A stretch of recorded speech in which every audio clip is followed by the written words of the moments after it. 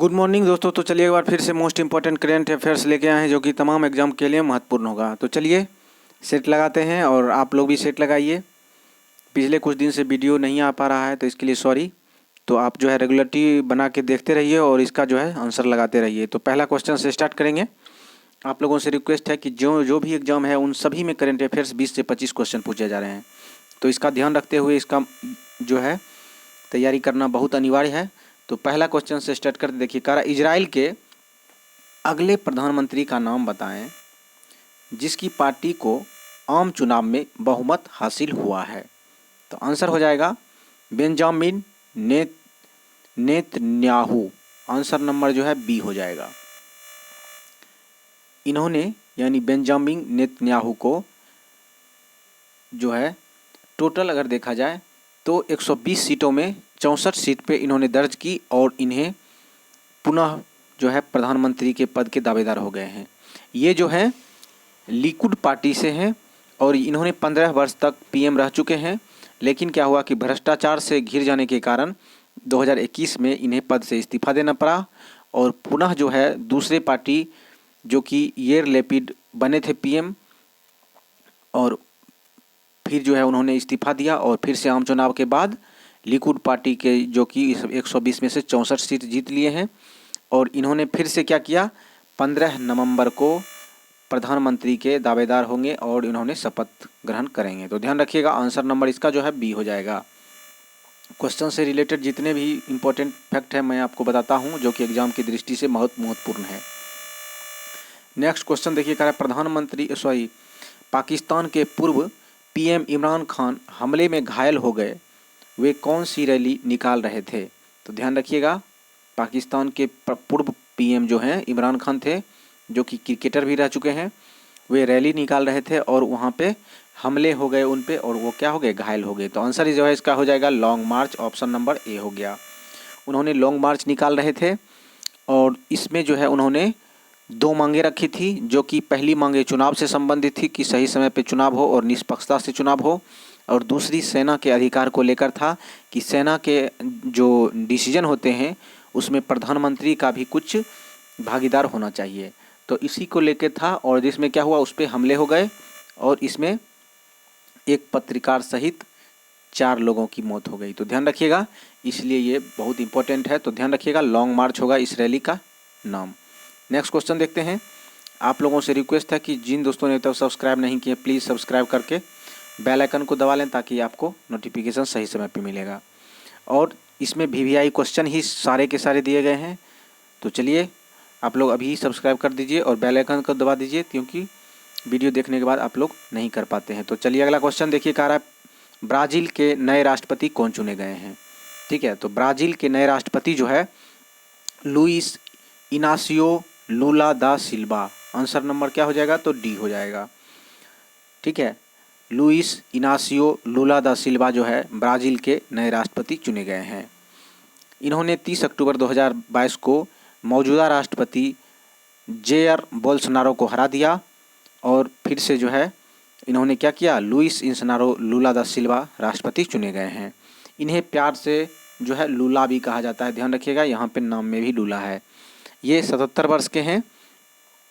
चलिए अगला क्वेश्चन देखते हैं। नेक्स्ट क्वेश्चन है चुनाव आयोग ने गुजरात के चुनाव में मतदान के लिए किन तारीख को चुना है। गुजरात में जो है चुनाव होने वाला है वहाँ पे चुनाव आयोग के द्वारा दो चुनाव डेट निर्धारित किए गए हैं। तो पहला जो है 1 दिसंबर और दूसरा है 5 दिसंबर। यानी आंसर जो है इसका डी हो जाएगा यानी ए और बी दोनों हो जाएगा। ध्यान रखिएगा 1 दिसंबर को 89 सीट पे और 5 दिसंबर को जो है 93 सीट पे चुनाव होगी। टोटल अगर देखा जाए तो 182 सीटों पे चुनाव होगी और इसका जो है डिसीजन जो है कब निकलेगा तो 8 दिसंबर को। ध्यान रखिएगा गुजरात चुनाव के मतदान के बाद 8 दिसंबर को इसका मतगणना हो जाएगा यानी डिसीजन निकलेगा। चलिए अगला क्वेश्चन देखते हैं। कह रहा है किस भारतीय फिल्म ने सेंटर्स अवार्ड 2022 का बेस्ट इंटरनेशनल अवार्ड जीता है। बहुत वीवीआई क्वेश्चन है। तो आंसर जो है इसका हो जाएगा RRR। ऑप्शन नंबर जो है सी हो गया। कह रहा है किस भारतीय फिल्म ने सेंटर्स अवार्ड 2022 का बेस्ट इंटरनेशनल अवार्ड जीता है तो RRR। ध्यान रखिएगा। इसके निर्देशक कौन हैं? तो एस राजमौली हैं और मुख्य किरदार के रूप में दक्षिण भारत के जो एक्टर हैं रामचरण और दूसरा हैं जूनियर NTR। इन दोनों ने मुख्य कलाकार के रूप में भाग लिए हैं। और ध्यान रखने की बात है कि 25 अक्टूबर 2022 को सेंटर्स अवार्ड 2022 का बेस्ट इंटरनेशनल अवार्ड जीत लिया है। तो आंसर नंबर इसका हो जाएगा RRR, ऑप्शन नंबर सी हो जाएगा। नेक्स्ट क्वेश्चन है कि इंडियन एयरफोर्स ने किस देश की एयरफोर्स के साथ गरुड़ 7 सैन्य अभ्यास किया है? तो आंसर नंबर इस हो जाएगा फ्रांस, ऑप्शन नंबर ए हो गया। फ्रांस जो है भारतीय एयरफोर्स के साथ गरुड़ का 7वां सैन्य अभ्यास किया है, यानी 7वां संस्करण किया है, जो कि 26 अक्टूबर से 12 नवंबर के बीच तक जो है चलने वाला है। और यह अगर देखा जाए कि प्रथम चरण कब हुआ था, तो ध्यान रखिएगा कि ये जो है गरुड़ अभ्यास का प्रथम जो संस्करण हुआ था 2003 में, जो कि ग्वालियर में हुआ था। और ये जो अभी 7वां संस्करण हो रहा है ये जोधपुर में हो रहा है। ध्यान रखिएगा कि भारत के यानी chief of air staff of India के जो हैं कौन हैं? तो विवेक राम चौधरी। ध्यान रखिएगा, chief of the air staff of India Vivek Ram Chaudhary हैं। आंसर नंबर क्या हो गया? फ्रांस हो गया। गरुड़ 7 का अभ्यास कहाँ हो रहा है? तो फ्रांस में, फ्रांस के साथ हो रहा है। अगला क्वेश्चन है कि लक्ष्मी भंडार योजना के लिए महिला एवं बाल विकास श्रेणी में प्रतिष्ठित स्कॉच पुरस्कार किस राज्य को मिला है? तो आंसर इसका जो है पश्चिम बंगाल हो जाएगा, ऑप्शन नंबर जो है बी हो जाएगा। ध्यान रखिएगा, पश्चिम बंगाल, ठीक है ना। ऑप्शन नंबर क्या हो गया? बी हो गया। पश्चिम बंगाल को जो है महिला लक्ष्मी भंडार योजना के लिए महिला बाल विकास श्रेणी के प्रतिष्ठित स्कॉच पुरस्कार किस राज्य को मिला? तो पश्चिम बंगाल को। यह घोषणा जो है अगस्त 2021 में किया गया। और ध्यान रखिएगा कि इसमें जो है लगभग 11,000 करोड़ रुपये खर्च किए जाएंगे। तो वहाँ की महिलाओं को, खास करके वहाँ की महिलाओं को ये पुरस्कृत किया जाएगा लक्ष्मी भंडार योजना के तहत। ध्यान रखिएगा, पश्चिम बंगाल की राजधानी कोलकाता है और राज्यपाल जो है ला गणेशन है, जो कि अतिरिक्त प्रभार में हैं। तो ध्यान रखिएगा, बहुत इंपॉर्टेंट है। लक्ष्मी भंडार योजना पश्चिम बंगाल में जो है महिला बाल विकास श्रेणी के प्रतिष्ठित स्कॉच पुरस्कार के रूप में मिला है, तो पश्चिम बंगाल को। अगला क्वेश्चन है कि सितंबर 2022 में भारत के कोर सेक्टर के विकास दर कितनी रही है? भारत के कोर सेक्टर की विकास दर सितंबर 2022 में कितनी रही है? तो 7.9 रही है। आंसर नंबर जो है बी हो गया, 7.9। यानी कोर सेक्टर में देखा जाए तो मुख्य रूप से 8 उद्योग हैं, जिसमें कोयला, कच्चा तेल, उर्वरक, स्टील, बिजली, इन सभी में जो है भारत की अगर स्थिति देखा जाए तो 40% हिस्सेदारी है, जिसमें सिर्फ जून में देखा जाए तो 13.1% रहा है। तो ध्यान रखिएगा, कोर सेक्टर में भारत की हिस्सेदारी 40% है, जिसमें कि विकास दर देखा जाए तो 7.9% है। ध्यान रखिएगा, अगर हिस्सेदारी पूछा जाए तो 40% एवं विकास दर पूछा जाए तो 7.9% है। नेक्स्ट क्वेश्चन देखते हैं, किस पैरामिलिट्री फोर्स में पहली बार 2 महिला अधिकारियों को महानिरीक्षक यानी IG रैंक में प्रमोट किया गया है? बहुत VVI क्वेश्चन है, तो आंसर हो जाएगा उसका हो जाएगा CRPF, ऑप्शन नंबर सी हो गया। पैरामिलिट्री फोर्स में पहली बार 2 महिला अधिकारियों को जो है IG रैंक यानी महानिरीक्षक के पद पर प्रमोट किया गया है। ध्यान रखिएगा, महिला बटालियन की शुरुआत जो है 1986 ईस्वी में की गई थी और 87 में यानी 1987 में महिला को जो है शामिल किया गया था। ध्यान रखिएगा, इसमें से कौन कौन है? तो एनी इब्राहिम और सीमा धुरिया। ध्यान रखिएगा, सीमा धुरिया, जिन्हें कि IG रैंक में प्रमोट किया गया है। बहुत VVI क्वेश्चन है, तो ध्यान रखिएगा, पैरामिलिट्री फोर्स की 2 महिला अधिकारी को जो शामिल किया गया उसमें से CRPF के 2 महिलाएं हैं, जो कि महानिदेशक के पद पे प्रमोट किया गया है। नेक्स्ट क्वेश्चन कह रहा है कि AD-1 किस तरह की मिसाइल है? इसका परीक्षण DRDO ने किया है। तो ध्यान रखिएगा, AD-1 जो है यह किस तरह का मिसाइल है? तो ध्यान रखिएगा, BDM interceptor missile, option number A हो गया। ध्यान रखिएगा, BDM interceptor missile, option number क्या हो जाएगा? तो ए हो जाएगा, ठीक है ना। ये क्या है? तो ध्यान रखिएगा, यह लंबी दूरी का इंटरसेप्टर मिसाइल है और पृथ्वी पर और साथ ही वायुमंडल पर दोनों जगह में जो है यह डिटेक्ट कर सकता है, यानी दुश्मन रेंज के जो मिसाइल हैं उसको मार गिरा सकता है। और धरती से 100 से 150 किलोमीटर तक इसका रेंज है। तो ध्यान रखिएगा, धरती से 100 से 150 किलोमीटर रेंज ऊपर तक ही जो है इसका लंबी दूरी के मिसाइल के साथ इन्हें ऊपर में ही नष्ट किया जा सकता है। तो ध्यान रखिएगा, इसका परीक्षण DRDO किया है। आंसर नंबर हो जाएगा BDM इंटरसेप्टर मिसाइल।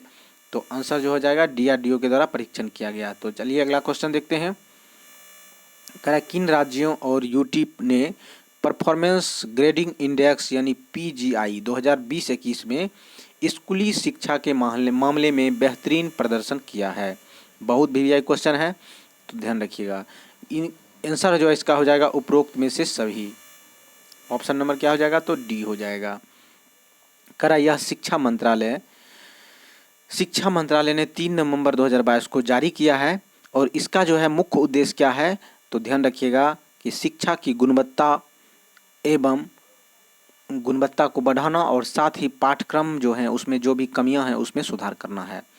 तो कह रहा है इसमें बेहतरीन प्रदर्शन जो है किया है, तो कौन कौन है, तो केरल, पंजाब, चंडीगढ़, और दूसरा है महाराष्ट्र, गुजरात और राजस्थान, और तीसरा कौन है, तो आंध्र प्रदेश। तो इन सभी राज्यों में जो है शिक्षा गुणवत्ता को लेके जो है इस तरह का ग्रेडिंग इंडेक्स के द्वारा स्कूली शिक्षा को बेहतरीन प्रदर्शन किया गया है।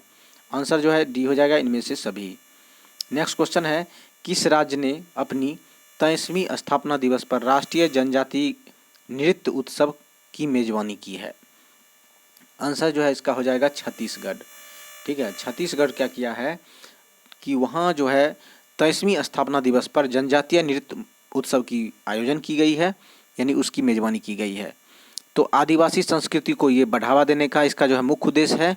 और इस यहाँ पे जो है बहुत सारे ऐसे भी हैं जिसमें से एक मतपराई शिल्प जो कि विलुप्त हो चुका है, उन्हें पुनर्जीवित करने के लिए क्या किया गया है कि इस तरह का योजना जो कि नृत्य उत्सव के रूप में मनाती है, ताकि जो है वहाँ की जो भी संस्कृति है उसको बढ़ावा मिले और साथ ही जो विलुप्त के कगार पे वो सदा बने रहे। तो ध्यान रखिएगा, आंसर नंबर हो जाएगा इसका छत्तीसगढ़, ऑप्शन नंबर ए हो गया।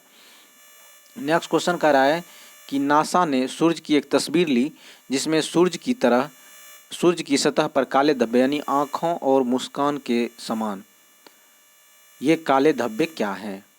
ध्यान रखिएगा, आंसर इसका क्या हो जाएगा, तो आंसर हो जाएगा कोरोनल होल, ऑप्शन नंबर ए।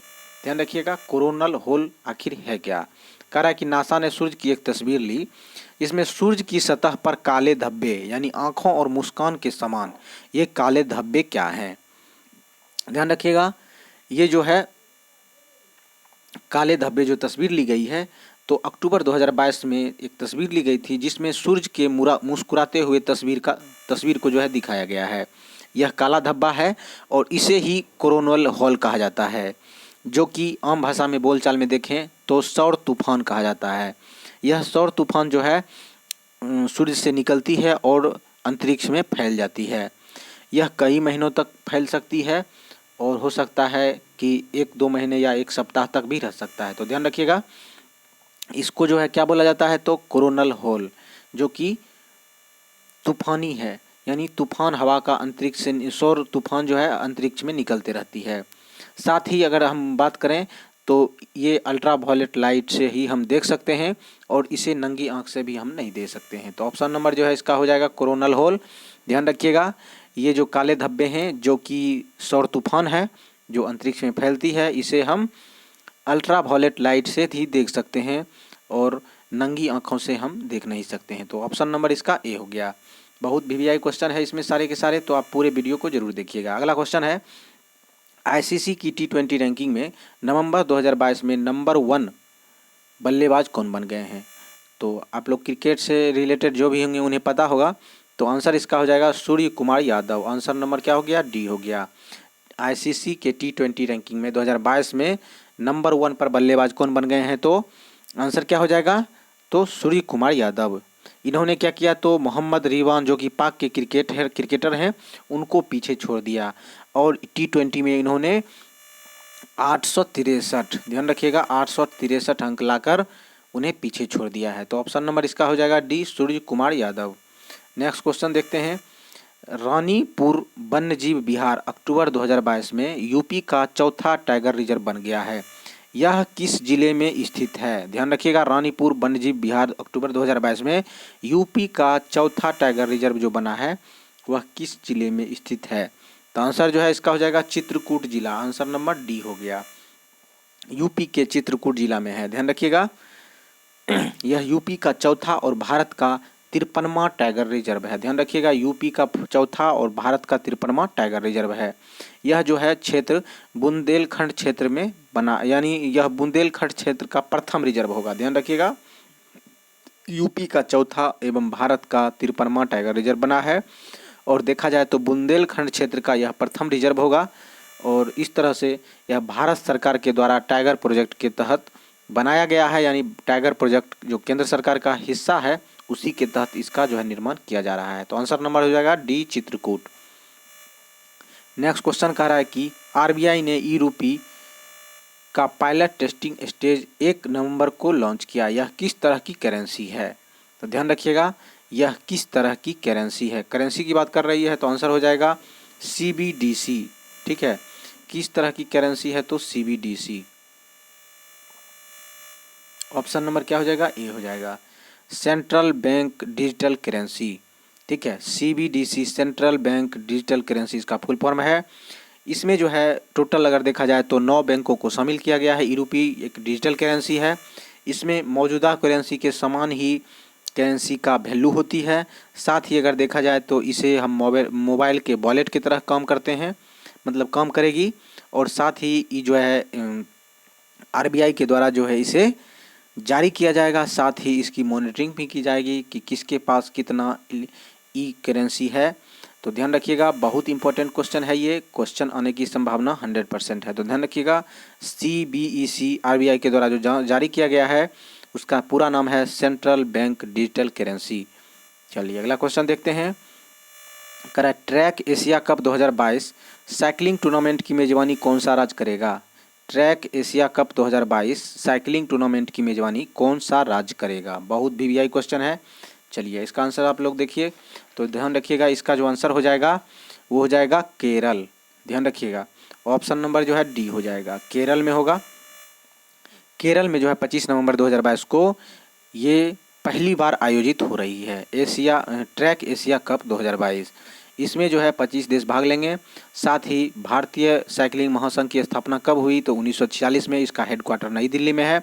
उसके CMD कौन है? तो ओंकार सिंह। और केरल में पहली बार ऐसा हो रहा है, तो आंसर नंबर जो है इसका डी हो जाएगा। चलिए अगला क्वेश्चन देखते हैं। कह रहा है एजू थाचन पुरस्कार 2022 किसे चुना गया है? एजू थाचन पुरस्कार जो है किसे चुना गया है? तो इसका आंसर क्या हो जाएगा? तो आंसर हो जाएगा सेतु को। ऑप्शन नंबर सी हो गया, एजू थाचन पुरस्कार जो है सेतु को चुना गया है। यह मलयालम लेखक थे और इन्होंने जो है मलयालम में यानी मलयालम साहित्य में योगदान दिया है। और इन्होंने क्या किया? तो लगभग 35 पुस्तकें लिखी हैं और इसमें जो है एजू थाचन पुरस्कार में लगभग 5 लाख रुपये दिए जाते हैं और प्रशस्ति पत्र भी दिए जाते हैं। इसकी घोषणा जो है एजू थाचन पुरस्कार जो इन्हें दिया जाएगा, इसकी घोषणा 1 नवंबर 2022 को की गई है। ध्यान रखिएगा, सेतु जो कि इसका पूरा नाम है ए सेतु माधवन। ध्यान रखिएगा किसे चुना गया है? तो ए सेतु माधवन को। ऑप्शन नंबर जो है सी हो गया। अगला क्वेश्चन देखते हैं, बहुत VVI क्वेश्चन है। ध्यान रखिएगा, क्वेश्चन है ये कि किस राज्य ने नवंबर 2022 में citizen engagement and communication programme launch किया है? ध्यान रखिएगा, citizen engagement and communication programme को किसने लॉन्च किया है? तो आंसर हो जाएगा मेघालय के द्वारा। ऑप्शन नंबर क्या हो गया? बी हो गया। ध्यान रखिएगा, इसका मकसद ये है कि जो भी योजनाएं हैं, सरकारी योजनाएं, उसे ज़मीन स्तर पर लाना, जिससे कि आम जनता को क्या हो, उसका पूरा पूरा हक मिले और लाभ मिले। तो ध्यान रखिएगा, citizen engagement and communication programme को लॉन्च किया है किस राज्य के द्वारा? तो मेघालय राज्य के द्वारा। चलिए अगला क्वेश्चन देखते हैं। आप लोगों से रिक्वेस्ट है कि सब्सक्राइब प्लीज़ कर लें जो जो नहीं किए हैं, और पूरे वीडियो देखने के बाद भी आप लोग नहीं करते हैं। आप लोग को सपोर्ट करना बहुत ज़रूरी है। तो चलिए आप लोगों से रिक्वेस्ट है, अगला क्वेश्चन देखते हैं। नेक्स्ट क्वेश्चन कह रहा है कि पुरुष एशियाई टीम एशवेस चैंपियनशिप 2022 के फाइनल में किस टीम को हराकर भारत ने पहली बार गोल्ड मेडल जीत लिया है। तो ध्यान रखिएगा, भारत ने किसे गोल्ड मेडल जीत लिया, किसको हराकर। तो आंसर इसका हो जाएगा कुवैत को हराकर। ऑप्शन नंबर बी हो गया। पुरुष एशियाई टीम एशवेस चैंपियनशिप में कुवैत को हराया, और कितना से हराया, तो 2-0 से हराकर क्या किया, गोल्ड मेडल खुद ले लिया। और इस तरह से कुवैत ने सिल्वर मेडल लिया है, और ब्रॉन्ज जो है हांगकांग यानी मलेशिया लिया है। तो ऑप्शन नंबर जो है इसका बी हो जाएगा, कुवैत। तो पहली बार गोल्ड मेडल जीता है, तो आंसर नंबर हो गया कुवैत। किसको हराकर, तो कुवैत को हराकर भारत ने गोल्ड मेडल जीता, और हराया किसे, तो कुवैत को। चलिए अगला क्वेश्चन देखते हैं। एशियाई महाद्वीपीय शतरंज चैंपियनशिप 2022 के ओपन वर्ग में एशियाई चैंपियनशिप कौन बन गया है। तो ध्यान रखिएगा, एशियाई महाद्वीपीय शतरंज चैंपियनशिप में कौन बन गया है। तो आंसर हो जाएगा R Praggnanandhaa. Option number C हो गया।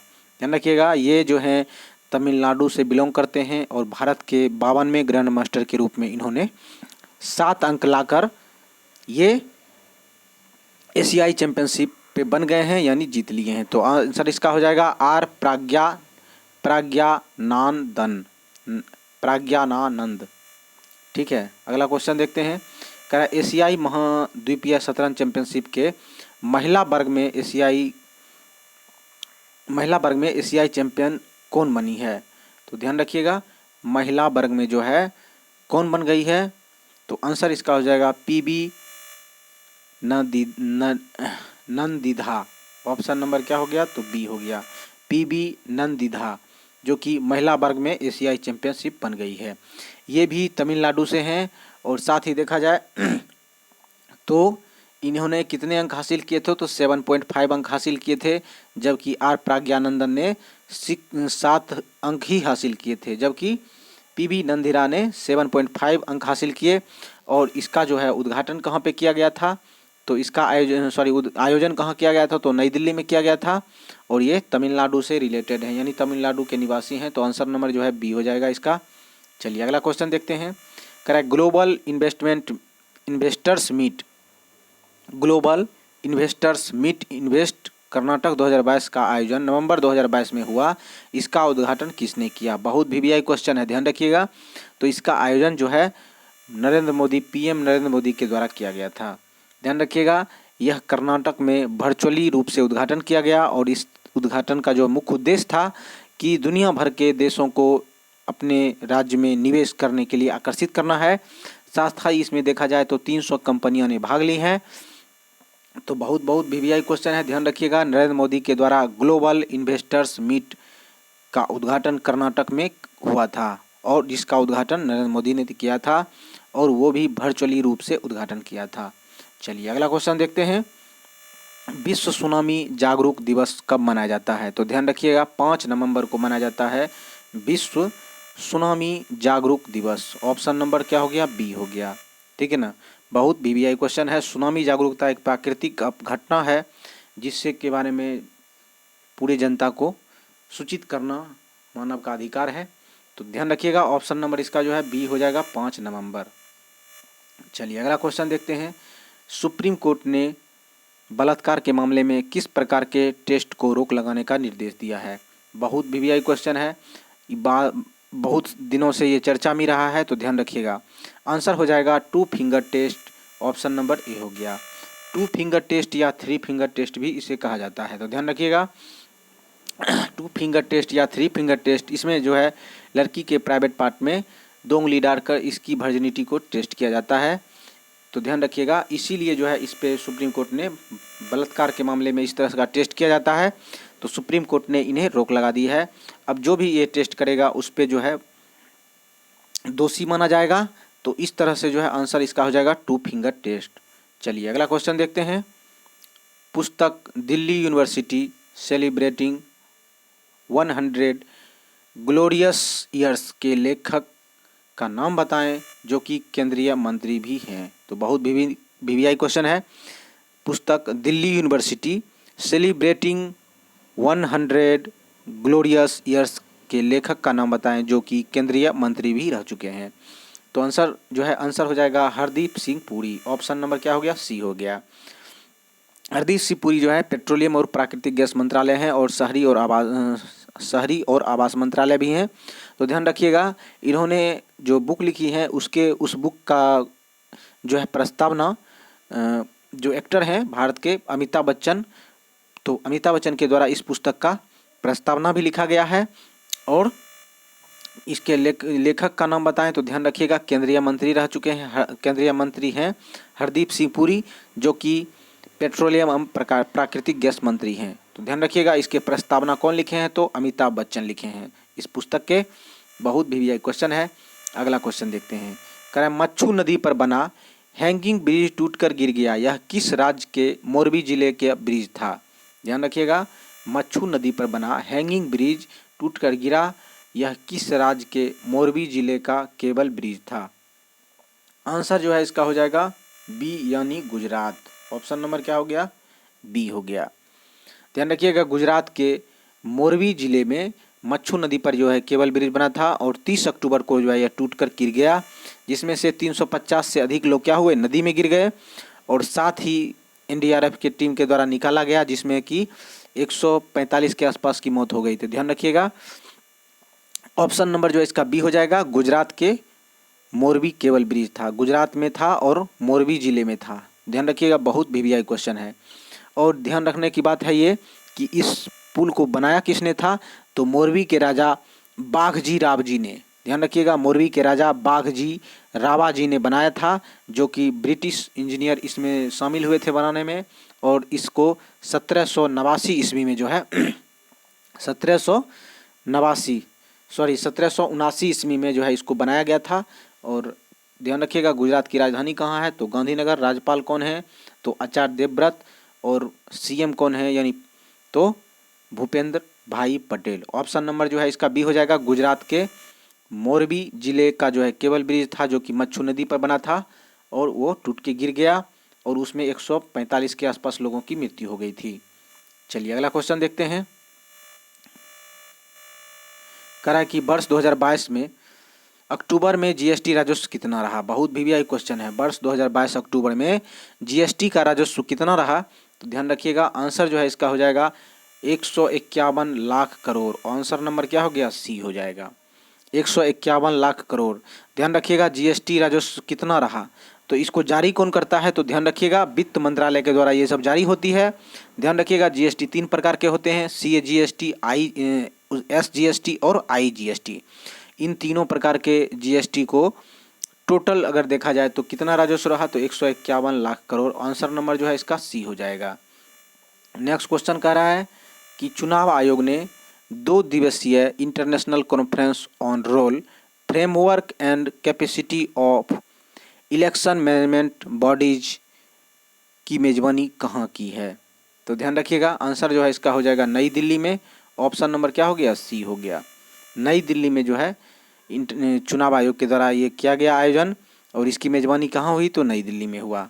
मुख्य चुनाव आयोग अभी कौन है वर्तमान में? तो ध्यान रखिएगा राजीव कुमार। मुख्य चुनाव आयोग जो है राजीव कुमार है। चलिए अगला क्वेश्चन देखते हैं। कह रहा है कर्नाटक का सर्वोच्च नागरिक पुरस्कार कर्नाटक रत्न पुरस्कार किस एक्टर को दिया गया है? बहुत वीवीआई क्वेश्चन है, ध्यान रखिएगा। आंसर जो है इसका हो जाएगा पुनीत राजकुमार। ऑप्शन नंबर क्या हो गया? सी हो गया। पुनीत राजकुमार को जो है दिल का दौरा पड़ गया था और जिसके कारण 46 वर्ष में ही इसकी निधन हो गई है। ध्यान रखिएगा कर्नाटक का सर्वोच्च नागरिक पुरस्कार पाने वाले यह 10वें व्यक्ति हैं। कौन है? तो पुनीत राजकुमार। ऑप्शन नंबर सी हो गया। अगला क्वेश्चन देखते हैं। किस राज्य के खिलाड़ियों ने राष्ट्रीय ओपन एथलेटिक्स चैंपियनशिप में सबसे ज़्यादा गोल्ड मेडल जीते हैं? किस राज्य के खिलाड़ी ने राष्ट्रीय ओपन एथलेटिक्स चैंपियनशिप में सबसे ज़्यादा गोल्ड मेडल जीते हैं? तो आंसर जो है इसका हो जाएगा तमिलनाडु और मध्य प्रदेश। तो आंसर नंबर डी हो गया। तमिलनाडु और मध्य प्रदेश के जो खिलाड़ी हैं दोनों के खिलाड़ी ने 6 गोल्ड जीतकर पहले स्थान पर बने रहे। तो ध्यान रखिएगा किस राज्य के खिलाड़ी ने राष्ट्रीय ओपन एथलेटिक्स चैंपियनशिप में सबसे ज़्यादा गोल्ड मेडल जीते हैं? तो तमिलनाडु और मध्य प्रदेश। चलिए अगला क्वेश्चन देखते हैं। तो देखिए दोस्तों, ये जो है VVI क्वेश्चन था, इसको ज़रूर एक बार रिपीट कर लीजिएगा। बहुत VVI है, आने की संभावना 100% होगी। तो आप लोग लगातार जो है और मैथ और रीजनिंग की तैयारी करते रहिए और आप जो है नेक्स्ट एग्ज़ाम जो है उसके लिए बने रहिए। तो आज के लिए यहीं तक। जो नहीं सब्सक्राइब किए प्लीज़ आपसे रिक्वेस्ट है सब्सक्राइब कर लें और दोस्तों को भी शेयर करें। अब लगातार वीडियो आते रहेगा। तो चलिए आज के लिए यहीं तक। Thank you.